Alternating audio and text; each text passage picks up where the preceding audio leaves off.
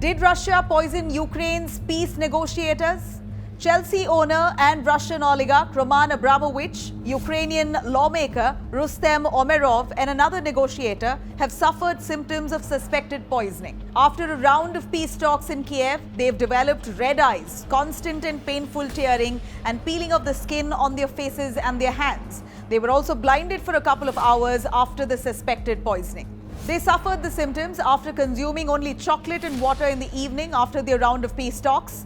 Since then, their conditions have improved. It is not yet clear, though, who is behind the suspected poisoning, but the use of chemical, biological or electromagnetic radiation is now being looked into and investigated. It was not intended to kill, it was just a warning, said Christo Grozev, an investigator with open source collective Belingat. Now, Grozev had concluded that Kremlin had poisoned Alexei Navalny with a nerve agent in 2020. He saw those recent images of the peace talk negotiators and suspected that Kremlin was behind this attack as well. But examinations couldn't be really conducted. In fact, this isn't the first time that Kremlin has been accused of poisoning. In 2004, pro-Western Ukrainian presidential candidate Viktor Yushchenko was poisoned, which left his face disfigured. In 2018, Britain blamed Russia's intelligence services for a nerve agent attack on Sergei Skripal, a former Russian military officer who defected to the United Kingdom.